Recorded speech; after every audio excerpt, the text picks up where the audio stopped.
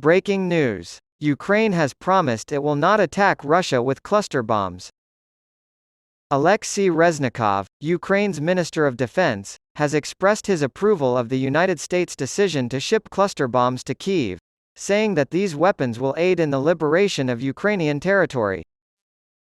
The United States said on Friday that it would provide Ukraine with cluster munitions, which are illegal under international law, to aid in the country's counteroffensive against Russian occupiers. Reznikov was quoted as saying by Reuters that the munitions would save the lives of Ukrainian soldiers, and that Ukraine would keep a detailed record of their use and share that data with its partners. Reznikov stated on Twitter, "Our position is simple. We need to liberate our temporarily occupied territories and save the lives of our people. Ukraine will only use these weapons to free its internationally recognized territory from occupation. These weapons will not be used on Russian territory, as recognized by the Russian government." More than 100 countries have outright banned cluster bombs. They typically detonate a swarm of smaller bomblets that can cause widespread destruction. The threat from those that don't detonate lasts for decades. On Saturday, Russia's capital issued fresh criticism of the U.S. decision, calling it yet another egregious example of the anti-Russian course Washington has taken.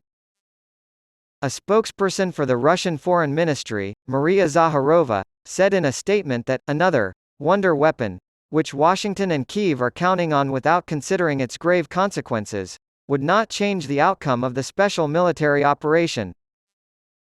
U.S. Vice President and National Security Advisor Jake Sullivan argued on Friday for supplying the arms to Ukraine so that it can reclaim territory lost since Russia's invasion in February 2022. "We recognize that cluster munitions create a risk of civilian harm from unexploded ordnance," Sullivan said to reporters. He added that because Ukraine lacked sufficient artillery, there is also a massive risk of civilian harm if Russian troops and tanks rolled over Ukrainian positions, occupied more Ukrainian territory, and subjugated more Ukrainian civilians. Cluster bombs, according to General Reznikov, will only be used to break through the enemy defense lines, and never in populated areas. The Convention on Cluster Munitions prohibits the development, production, stockpiling, use, and transfer of these weapons. However, Russia, Ukraine, and the United States have not signed the treaty. According to a State Department source, the FBI is looking into allegations that Rob Malley, who was President Biden's special envoy for Iran until recently, mishandled classified information. Last week, Malley confirmed that he had been placed on unpaid leave and that his security clearance had been revoked earlier this year. White House officials referred inquiries to the State Department, which declined to comment but referred Semaphore to a statement issued the previous week in which it confirmed Malley's leave and appointed Abram Paley as acting special envoy for Iran. The FBI said they had no comment. Malley did not provide any comment before this article was published. A senior U.S. official told Semaphore that for a political appointee at Malley's level, government agencies would not suspend a clearance independently unless a law enforcement agency has an open investigation, but this official did not have first-hand knowledge of the situation.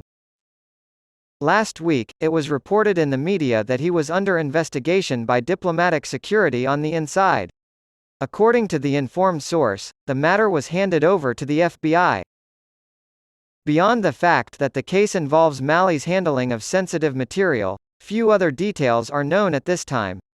The fact that the FBI is involved, however, suggests that criminal wrongdoing may be suspected.